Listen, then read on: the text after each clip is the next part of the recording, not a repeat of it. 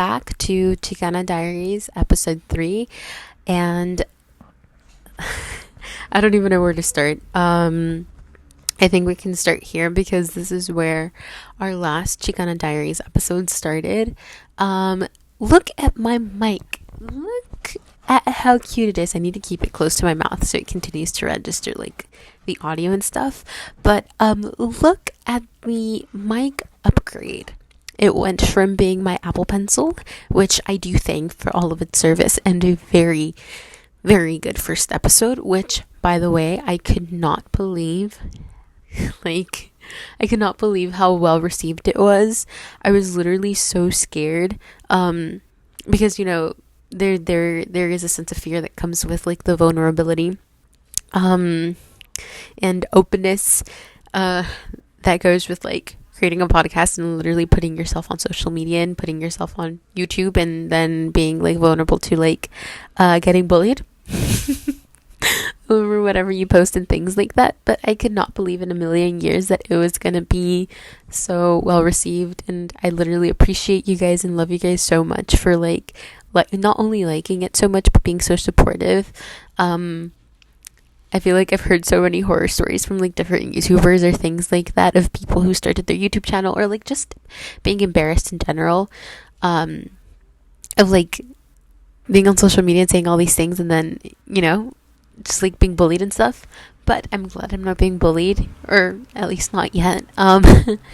And yeah, no, it was really nice. I appreciated all of you guys' like really, really nice comments about like how I was like inspiring you to like start working on your college admissions things, or that I gave you like a new sense of like urgency, that I don't know, that it was just interesting and things like that. And so yeah, I don't know, it was nice.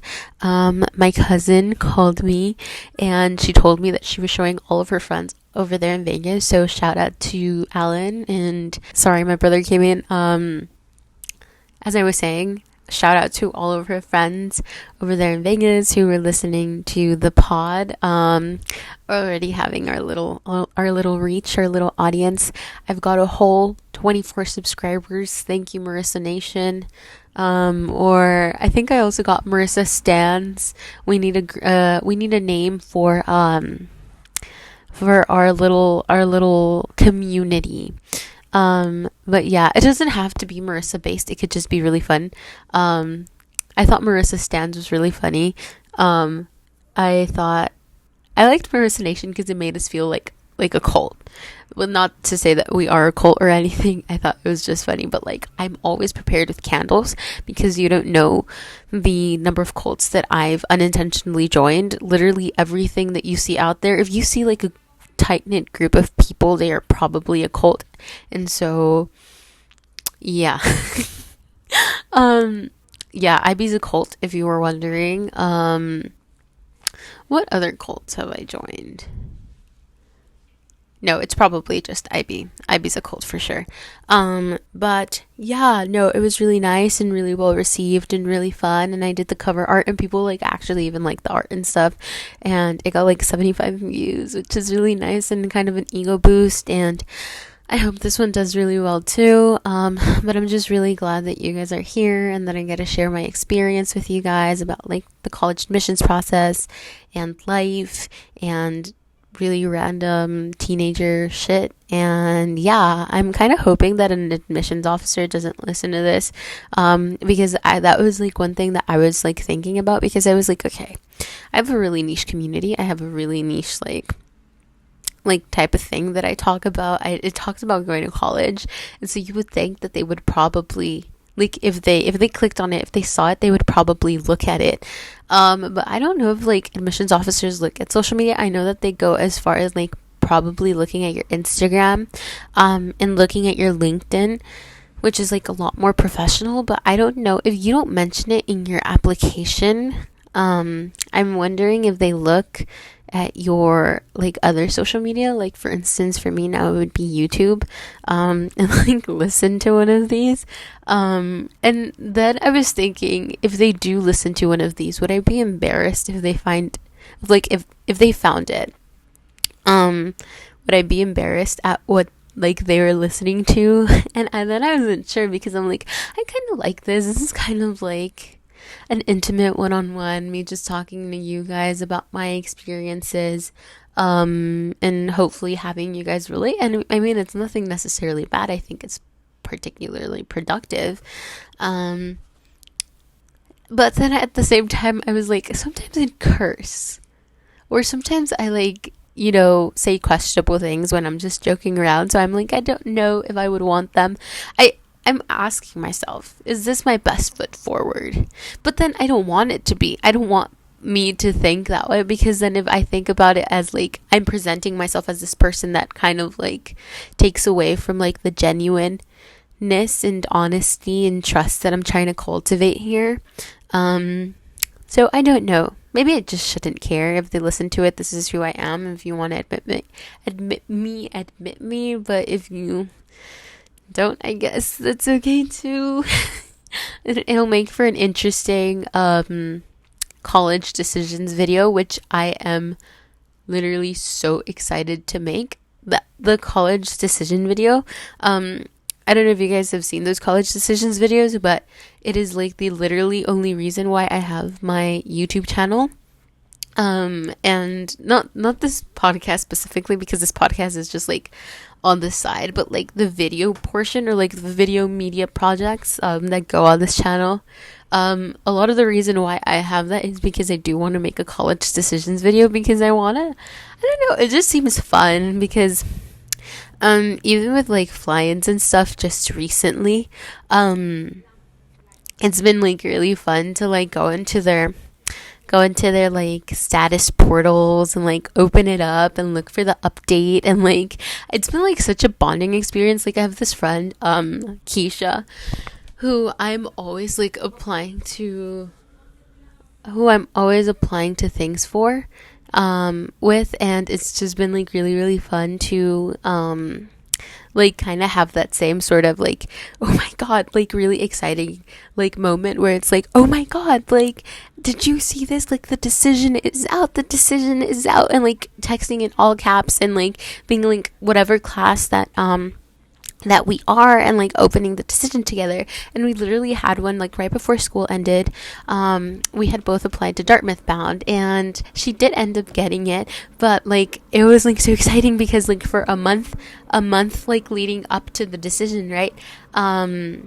For a month leading up to the decision, we were like, oh my god, like we don't know. We were like so nervous, and we were talking about it all the time. Like one time, for Princeton program that we both applied to, we ended up pulling out the tarot cards and everything, and it was just like something really, really sweet to bond over.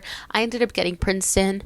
She ended up getting Dartmouth bound, but it was just like really, really exciting because like we were both in the same process, on the same boat, feeling the same things, and being like, oh my god, like we're actually doing this. And I don't know, it's just been really nice to have like my college buddies. I made a couple of friends because of like college match, which is the college readiness org that I am a scholar for. And yeah, it's just been really fun, and yeah. Anyway, I don't know how I got there. Oh, the college decision video, right? And yeah, it's gonna be my ADHD thought process sometimes, for real.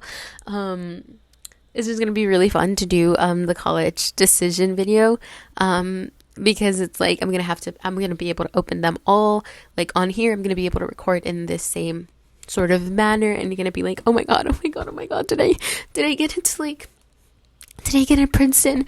Did I get into Yale? I'm gonna have an Ivy day. Like, there's gonna be a day when I'm debilitatingly anxious and I'm like not able to physically function. And I'm gonna be like, oh my god, did I get into Columbia? And then I wanna do the thing where I spin the wheel, and I'm literally gonna cut back to this moment, in order to put it back in like the reminiscing or whatever. But I'm gonna be like, I'll put all the Ivies. Because I'm going to apply to all of them except Cornell, apply to all the Ivies, right? And I'm going to put them all on a wheel, and then I'm going to be like, okay, which one should I do next? And realistically, like, you guys know, like, my stats and stuff, ish. Like, I do 10-ish extracurriculars. They're, like, writing journalism based. I do nonprofit work. I'm a council member for the Mayor's Youth Council on Climate Change. I've started my own eco club and things like that. If you guys want more in-depth stats, like I don't know if I'm qualified enough to do that, but I can talk about that. But I have a 4.2 weighted so far. Hopefully it goes higher next year. And I think a 4.3 UC capped, which is like literally not that high. My school is like crazy competitive, and literally they are like, they're crazy competitive. I don't know how to explain it. Like, I think that our valedictorian has like 4.8, which is close to 5.0, and I literally do not know how they do that. But yeah, so it's gonna be really fun to do like the Ivy Day, and it's gonna be as realistic. It's gonna be realistic for sure, because like, I mean, if that's just the way I'm approaching it, because I'm like, if I get rejected, it was realistic. If I get accepted, oh my god, guys, you can dream, you can dare to reach up, touching the stars. And yeah, I don't know, I think God, people keep telling me that they think that I'm gonna get into Ivy, and now I have to get into an Ivy, because it's gonna be embarrassing if I do not get into an Ivy. Like, I've been talking about Yale or like Brown or Columbia, because like, oh my god, living in the city when you're 20 something is literally just the dream. Because it's the city that never sleeps, right? It's where you want to be if you want to be somebody someday, and it's just like the nightlife, oh my god. And you know what, actually, I'm applying to Columbia because I wanted to go originally to NYU, but NYU has literally the worst financial aid I have ever seen, and I'm not sure if you can leverage it, because they do not do 100% demonstrated need. They don't meet 100% demonstrated need, and I'm not sure if you can leverage it to get like a full ride. I think that they do award merit-based scholarship, but I'm gonna need need-based scholarship, need-based financial aid for college, because I think that I have a better shot at affording like college education that way. But yeah, so I wanted to go to NYU, but I couldn't go to NYU. And so instead I decided, oh my god, if I can't like live in New York because I'm like going to NYU, then might as well just get into Columbia, right? Isn't that easy? And so yeah, Columbia's the goal now, because they have a whole hall, a corridor where they light up trees during the winter, because their spirit stays warm even throughout the cold, and that's just something that seems so nice, and like something that I want to do. I don't know. I want to dream. I want to dare to dream. But yeah, point being, I'm going to have an Ivy Day, and that's literally going to be the funnest thing in the entire freaking world. So expect that video to come. Obviously, I'm going to be really, really annoying about the schools that I'm gonna add on there. So it's gonna be no surprise to you guys, but at least you guys will be familiar, and you will know my struggle, and you will know why I want them so much, and what I did to get there, and how I felt on the way there, and all of the things, right? And so yeah, you guys can come along on that journey with me. I don't know if like the struggle, like I think the struggle will just be in different forms of content. I don't know if it'll be video, I don't know if it'll be audio, I don't know. I actually have my computer here because it's recording the audio from over here, and this is actually something that I wanted to show you guys earlier in the video, and I'm gonna show you before like my thought process jumps to something else. But yeah, this is the new mic. This is the new setup. My Apple Pencil served me well for that first episode. It gave me good luck. I love it. It made us perform so well. It was literally the first ever conversation piece for our little podcast thing, and it's so cute, and it will always be nostalgic. But I felt like I wanted to do like a little upgrade and a little tiny promotion and another story time. This was actually okay, so it's a little flower pen, right? Let me show you.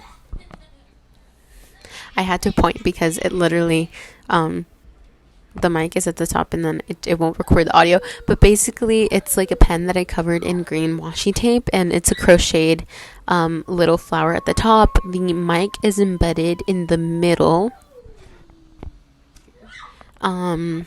That was so weird. But yeah, the mic is embedded right in the middle.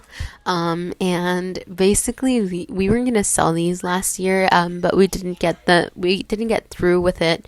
We weren't able to carry it through. But we were going to sell these for like $5 to fundraise for the school newspaper, which I'm going to be editor-in-chief for next year. And so I'm literally gatekeeping this fundraising idea and literally promoting it here so that you guys can, like everybody who goes to my school here, can literally buy one. And if you don't go to my school, we can work something out. We can ship it. We accept Zelle. We can accept Cash App. We accept everything. But they're like really cute. And I was like using the pen earlier, and Christine, it just reminds me of like how at school, we had like, Christine's table. I think it was Lucci and God, I forgot the other girl's name. I need to learn their names. But I know that they had like their little table where they would crochet and all the things, and they made like this little rose, and they're so creative and like they're literally so cool. But yeah, so yes, what else was I gonna say? I did college. Obviously, we always got a hit on that. We did a microphone. I had a list actually that I do not remember where I put, but actually, oh, I know what I was gonna say. So I don't know if you guys like this more, but I had already filmed. I can tell you guys about this. I had already filmed today's Chicana Diaries episode like earlier, but it went really, really bad. It went really, really poorly. And it was like my first encounter filming like a bad video, and I learned a couple of things. I learned that one, you cannot rush the Chicana Diaries episode. You gotta be like in a calm environment. You gotta be in like a environment conducive to like just like chilling and laying back and talking. I think much like any conversation that you can have, because like I did the first one and I ended up going on a rant about like, yeah, following your passions and how to stand up in like college admissions and like doing passion projects and things like that, and how to like carry those out. But I ended up talking for like 50 minutes about like my art installation, which is, don't get me wrong, is a really interesting topic, and I do like to be able to say, hey, you know, like I did do an art installation, an environmental awareness art installation aimed to uplift the voices of marginalized youth, in order to inform the Los Angeles community about the impacts of human activity on the environment, in collaboration with not only our school's art club, but also City Plants. And while I do particularly like talking about that, and it is something that I did, and it was a passion project, and it was something that's going to help me get into college and all those things, it wasn't particularly the most interesting and engaging podcast episode, I think, in my opinion. And it was an interesting story. Like, going through the ups and downs of trying to make that happen was hard, right? And I walked you guys through like from the beginning to the end of the art installation, but it was just like, it was a little weird, and it just kind of was a reminder that failure is okay, and it's okay to admit failure, and that not every podcast episode is gonna be the greatest. So I only want to put my best work out there, and if my best work requires me to re-record and re-establish myself in an environment that is more conducive for proper conversation, that it isn't entirely focused on a project that I did for school, right? It just kind of sounds a little lame to me. But I don't know if you guys want me to talk about that. I can probably talk about it in like next week's episode, which, oh my god, I'm actually okay. Sorry, before I jump to the next thing, I'm okay, and I acknowledge that all of those things were like okay. But I'm here now, and I reestablished myself, right, in an environment that was better. It was a little change of scenery. I know last time it was like really like nice and bright, and the lighting was glowy, but this is more like laid back, sort of chill evening conversation that you guys can probably listen to later. You know, we've got, I don't know, it's actually really nice in my room right now. We've got the nice background. We've got an Einstein poster in the back. I'm at my desk. I have my computer. I have this book, this Harry Potter book that I'm actually tempted to start reading. I'm like tempted to like embark on the BRB checking the number of pages, 870 page journey that is Harry Potter and the Order of Phoenix. But I do have a million other things to do right now. Like, I have a bunch of summer work that I have to do, and school literally starts in 4 weeks, and how is that even possible?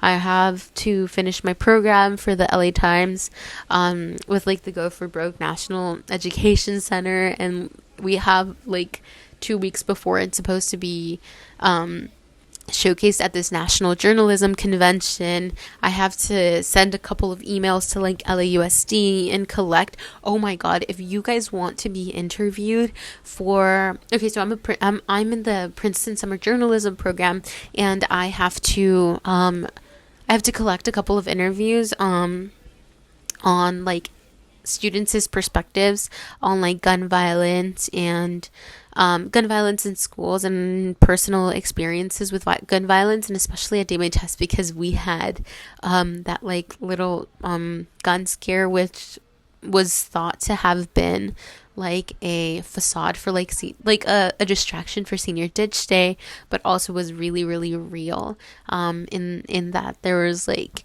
cops at her school, and there was like investigations into like the social media posts, and there was actually social media posts of the gun and people like missing school or whatever. It would be nice to get a couple of and I have to get a couple of interviews on like those experiences and on that same topic by like mid-July, like in a week. And so I have to get moving, and so I'm not sure if it's like the right time to embark on this journey. But I don't know, man. And I want to start a jewelry business because I really really want money, and okay, it's more than just wanting money. It's that I really need money because I want to buy an iMac, and I know I probably don't need more technology, but the fact of the matter is that I could probably work more efficiently with more technology. Just like imagine having the iMac and everything, and then my iPad's my notebook. My Mac is my portable laptop, and I know I probably sound crazy spoiled right now, but I promise that I work to buy all of these things. Like, my iPad is the byproduct of my donut business.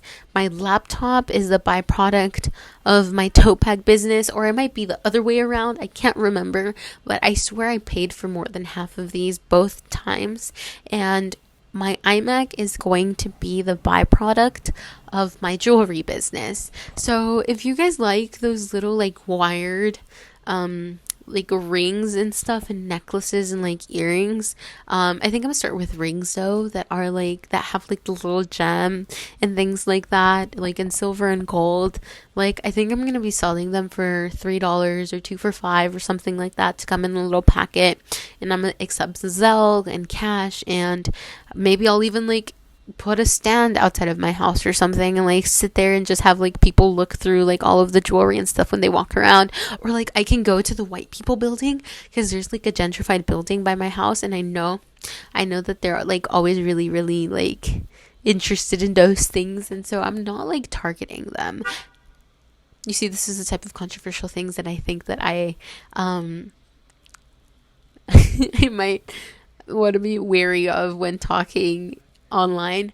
But anyway, yeah, I might go over there. It's because they like the things and they're like, "Oh my god, it's so vintage. It's so like artisan-y and things like that." And like cute and aesthetic. Like they know. They understand. That's the culture. Right? It's consumerism. There's nothing wrong with working the system. But yeah. So, Harry Potter might be on wait for a little bit, but I also wanted to read it because I met this guy called Steve Padilla, and he like the editor for the main column at the LA Times, and he was talking about how J.K. Rowling is actually, I know there's like a lot of controversy with her being like homophobic and things like that, and I have a lot of thoughts on the Crimes of Grindelwald if you guys ever want me to have like a conversation about movies. But besides her being like homophobic or whatever, apparently she's like actually really great writer, and I read all of the Harry Potter books when I was in elementary school, along with all of the Rick Riordan, Percy Jackson books, and like the Heroes of the Olympus. But I haven't read it as like an older, more like a more like with I haven't read it with the lens that I'm trained to use now, like a more like English lit lens. And so I think it would be interesting to go back and look. And plus, I wanted to, oh, and this is a tip, always send thank you emails to like whoever you meet and keep in touch. Make sure that they know your name. And oh my God, another tip, whenever you guys are in a room, make sure that your presence is known in the room. Make sure that you guys are actively participating. If it's a Zoom room, nodding, engaging, smiling, a smile goes a long way. Making sure that you're there and present, and so that they know that you're there, your presence is established. Ask questions in order for like whoever you're speaking to like recognize and know you, and so then when you send a follow-up email, you're like easily able to establish a connection. And you could be like, oh my God, it could be as easy as being, oh my God, thank you for your lecture, it was really, really interesting, and you could even ask follow-up questions and be like that. So the whole point is that I wanted to read Harry Potter because Steve Padilla, like the head columnist, head editor of the column, the front page column at the LA Times, was telling me about this, and I was like really excited when he talked about Harry Potter, when he was giving like his lecture about editing, because it was like, who brings Harry Potter and J.K. Rowling into like a conversation about editing? He did, right? And I was really excited, and he was like, oh my God, he was like, Marissa, like, you're gonna be so excited for this. And I literally was so excited for this, and I just want to like, because he sensed like my engagement. I just want to like continue it and piggyback off it, because people and having a network is such an advantage. Like knowing people, especially like when you go on when you start doing projects, and when you need more help, and especially in that I'm going to be editor-in-chief for the next year, and I want to do like a series of reforms for the school newspaper. Maybe bringing in people like Steve Padilla to talk to like my young little journalists next year at the writing team, or the layout team, or the editing team, right? To come, like, establishing the connection is useful so that I can get him to like want to come, right? So that's always a plus. So all to say, I'm conflicted about whether I should start reading Harry Potter. And oh my God, I literally always have the best time when I like play like the Harry Potter ambience and read Harry Potter, and it's literally like the best time ever, because sorry, as I was saying, my brother came into the room. Yeah, I don't know. I was saying about Harry Potter. My brother came in the room. what is it? Oh, I always have the best time when I read Harry Potter because it's literally like I'm there. And I don't know if you guys have ever had this feeling. I don't know if you guys have ever loved something so much it hurts. That you just love it so much. It's like overwhelming. It's like really, really deep and intense and rich. And I feel like that's my relationship with Harry Potter because Harry Potter got me through some tough times. I'm gonna tell you guys that Harry Potter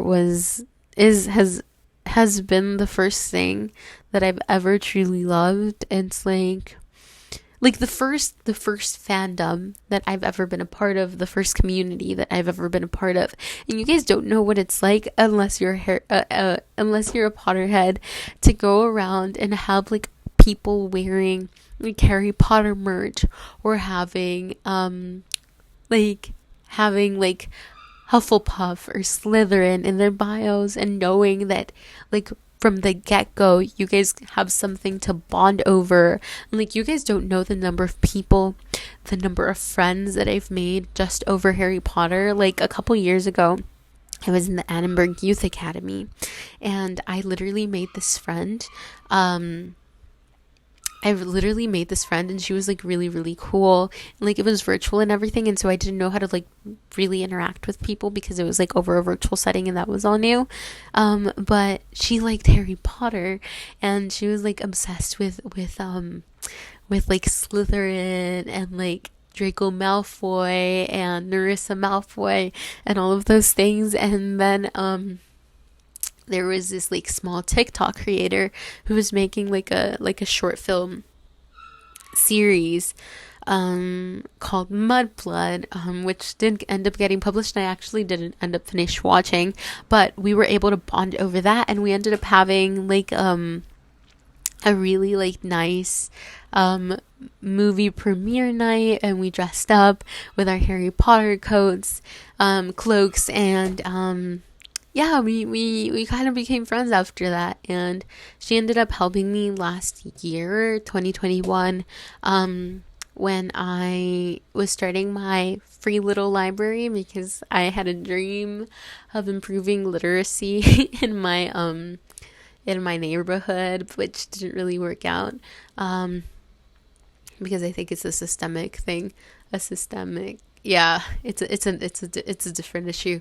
But she actually helped me, and she came and she painted like my little library, and yeah, because she was an artist, and it was just like really nice. And so I don't know, Harry Potter's just has been so good to me. And every time like I rewatch the films, I feel like I'm home. Every time I go watch one at Regal, I feel like I'm home. Oh my god, like not that long ago I went to watch I think Harry Potter and the Chamber of Secrets, because they're bringing them back periodically at Regal, and it was just so nice. It was so nice because I was literally watching it in IMAX. I had paid like $5. I was with my dad and my little brother, and we were there, and the moment that the song started playing, and it was like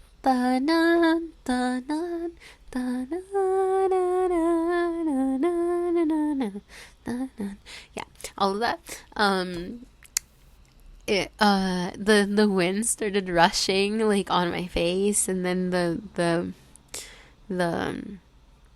the chair started moving, and it was like I was entering Hogwarts, and I was like, I'm home. And yeah, I don't know, it's just been the first thing that I ever loved. And yeah, it's been the first thing that I was ever really like obsessed with, and wanted to be part of. And I remember the disappointment that came with not getting my Hogwarts acceptance letter when I was 11 years old. I remember how sad I was, because I was like, I must be a muggle, like, you know, that's kind of sad. And I like even in high school, I made friends over this. Like even this year, I remember getting so upset because I was taking this quiz with like some of my friends in homeroom in the newspaper, because I had taken this quiz.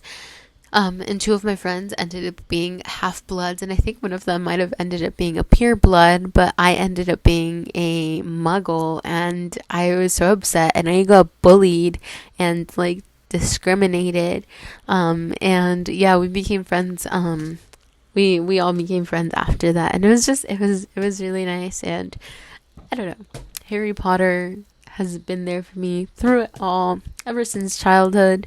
I think I even have a picture of me like in the early 2000s with one of like those really big, if I find it I'll like put it right here, one of those really big like cube TVs, and I'm standing there, I think in all pink, and it's like playing Harry Potter, and I don't know, I think it's just like it's just I think it's a visual representation of how long I've loved Harry Potter. And I could literally talk about it for hours. Like, I had a conversation with this professor from UCLA not so long ago, and she was like telling me about how like there are people who like actually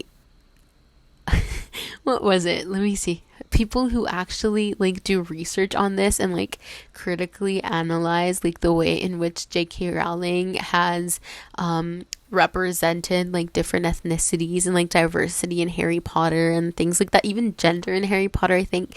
And she wrote like this article for a magazine about like diversity and representation in Harry Potter, because like their characters like the Patil sisters who were like of Indian heritage, or Cho Chang, or I don't know if you guys know these people, because I'm just going on a rant about Harry Potter now, and I don't even know if you guys are Potterheads, but like there are people in Harry Potter who were of diverse backgrounds. Like, they weren't all white, though most of them were white.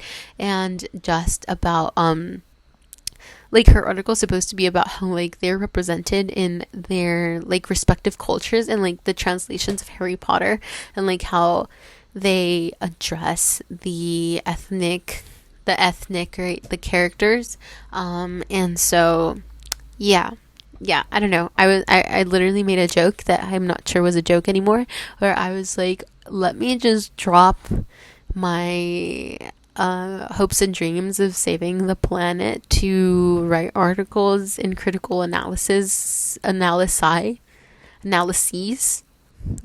that plural for analysis, analyses of Harry Potter, because doesn't that sound like a hell of a lifetime? Like, I don't know, I think I have a teacher who would like always like come at me for having too many typos, and I probably can't become a writer, but like writers get editors and writing is rewriting, and so I don't want him to come at me, and I think I could be a professional writer, so I don't think that he should be able to discourage me from being a writer. But like, I could also be a politician, but I don't know, whatever. I don't know, maybe I won't become a writer of analyses of Harry Potter, but that can be my backup job. Or I always had a dream that I could be one of those really cool teachers who had like their classroom like really like cool and decked out and artsy and stuff, and I could have like a bunch of like Harry Potter like different decorations and things like that. I remember I had a teacher in middle school. No, there was a teacher in middle school. I didn't have a teacher. She was only my teacher for student council, but I was so jealous of her advisory, because literally her advisory got to play Quidditch. Like, they literally had different houses in their advisory, like the houses like Hufflepuff and Slytherin and Gryffindor, and Ravenclaw.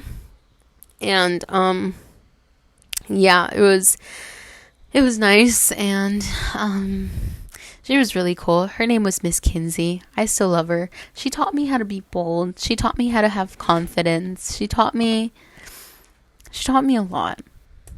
But yeah, that could be my backup job, to be I think I would be a third grade teacher. Yeah.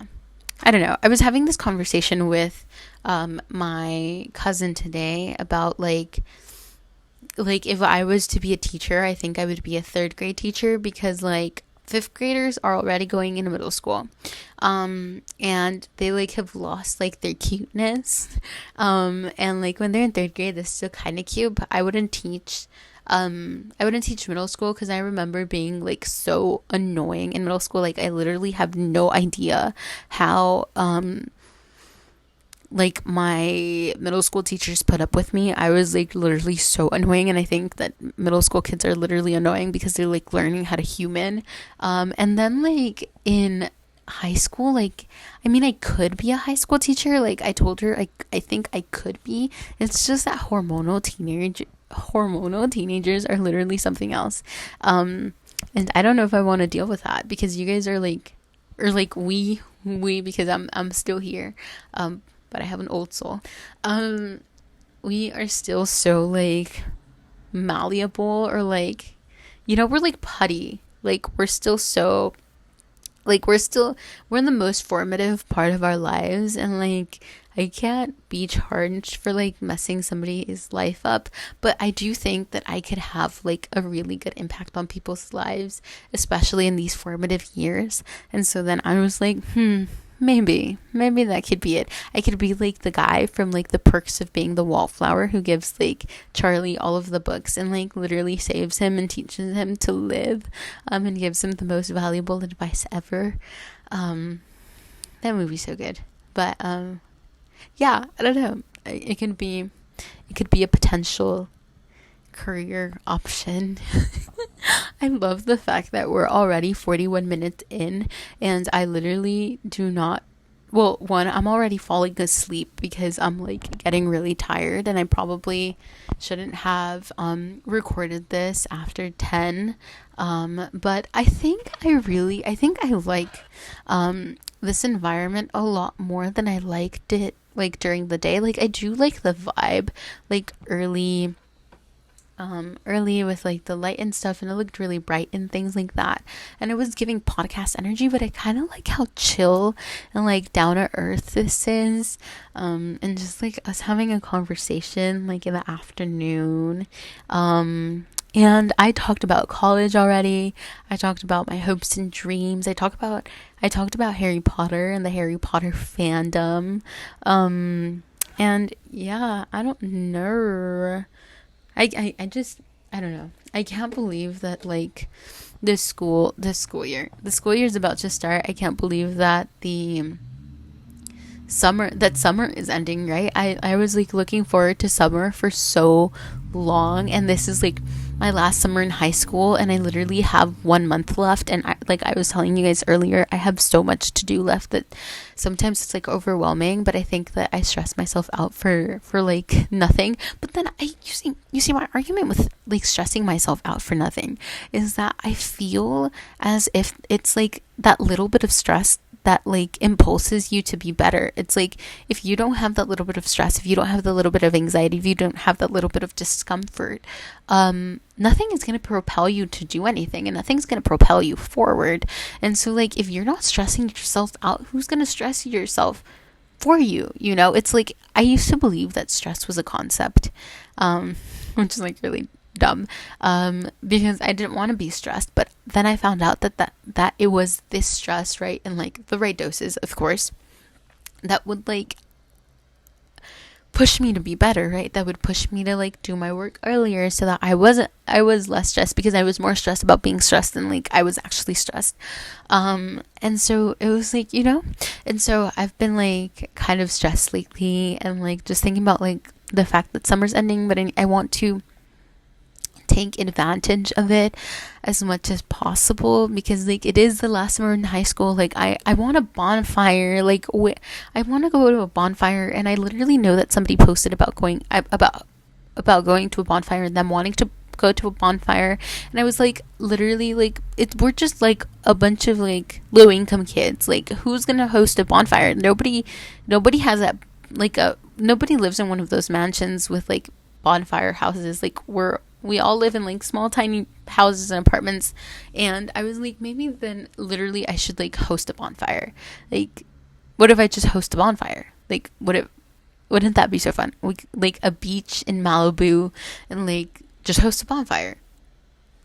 I don't know. because it's supposed to be bonfire season, it's supposed to be carnival season, it's supposed to be summer fling season. So if anybody wants a date, I'm here. um Maybe I shouldn't have put myself out there like that. Anyway, but yeah, it's supposed to be like the summer we turned pretty, and it's just supposed to be a bunch of fun, and it has been a bunch of fun. Like, I've gone out with my friends, I've gone to the beach, I've gone to the lake, I went to Sacramento, I went to San Francisco. I already had like my summer trip.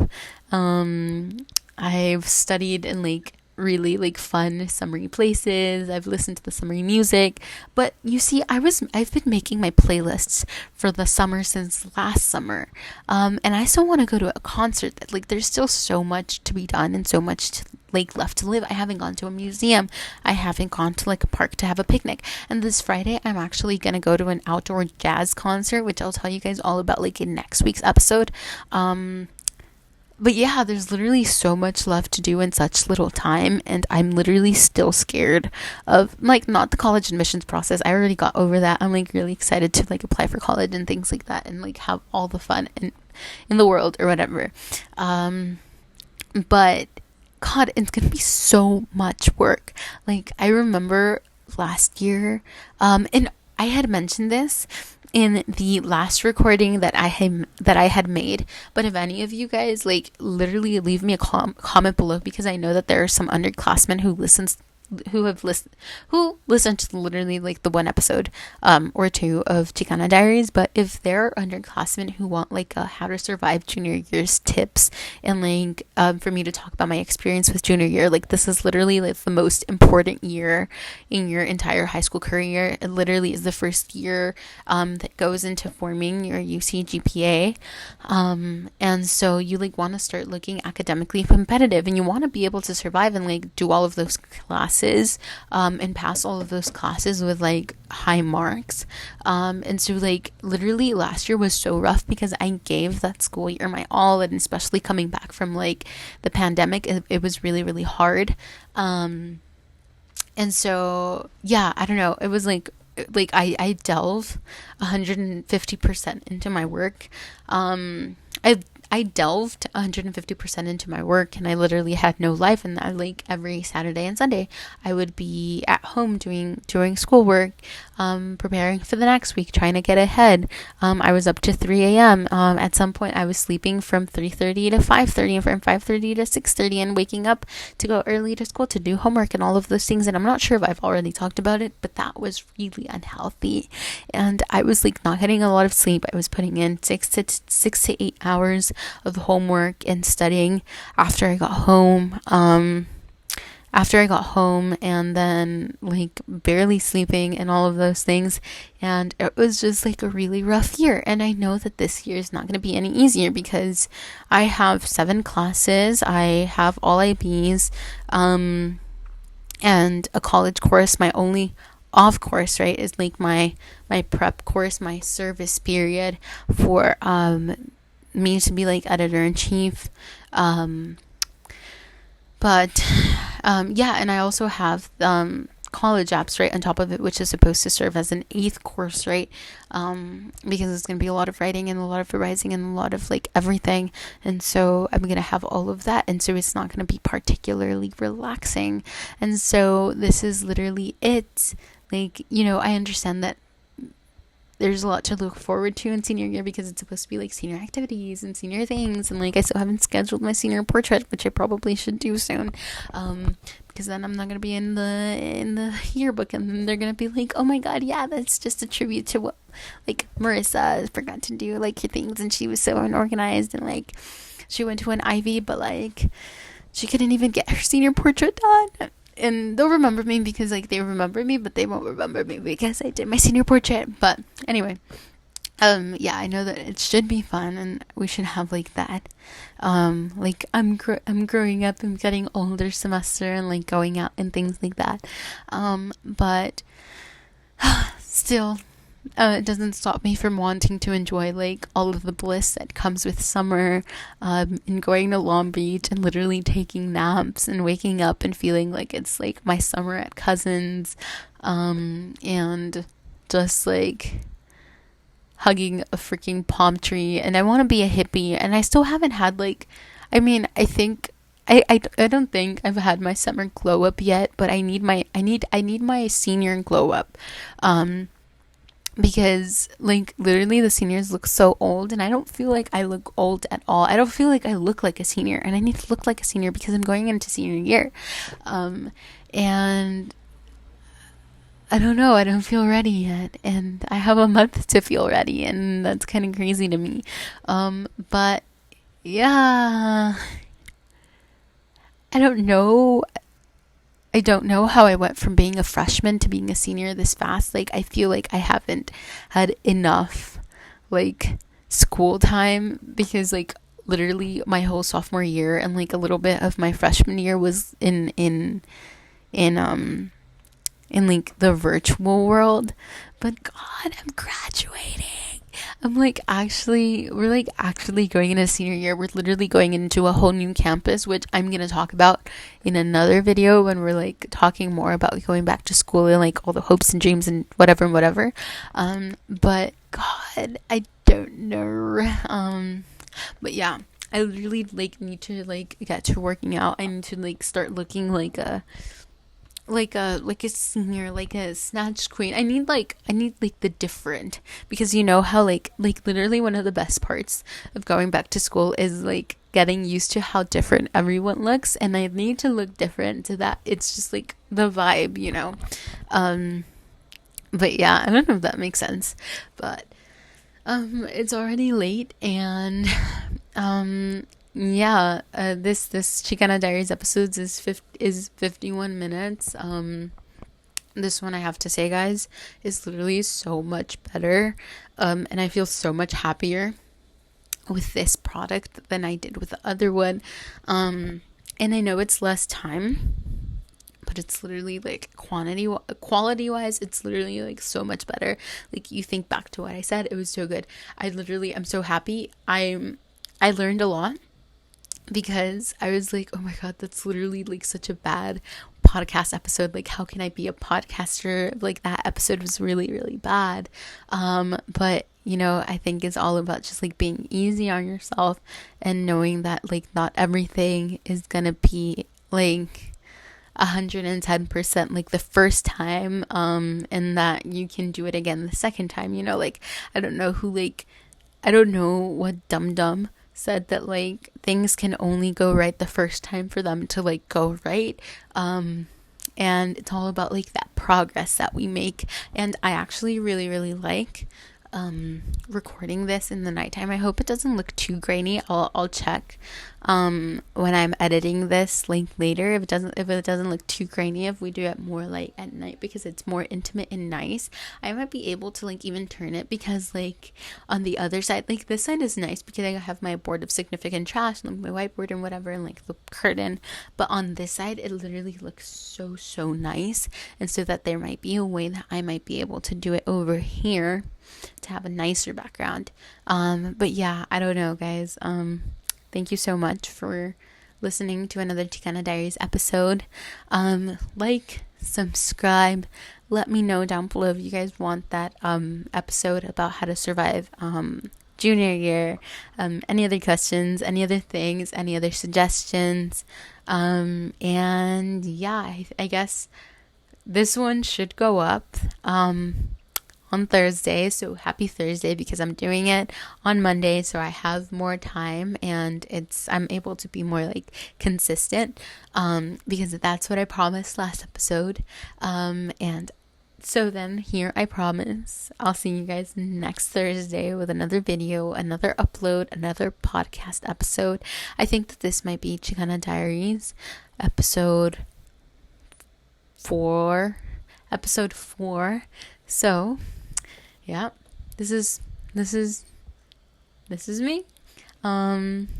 It's time for bed. So, alright, Marissa Nation. That didn't sound natural. Marissa stands. Alright, my little Twinkies. We need we need a better name for our community. I was like thinking about it the other day, and I literally like posted a picture of my cat, which unintentionally ended up like being name suggestions for my cat, whose name is Peaches, by the way. His name is Peaches, and he already has a name, but like I didn't want to correct you guys, and so I literally just left it. But yeah, I don't know. Good goodbye besties. No, it's too cliche. It's too like common. It has to be something else.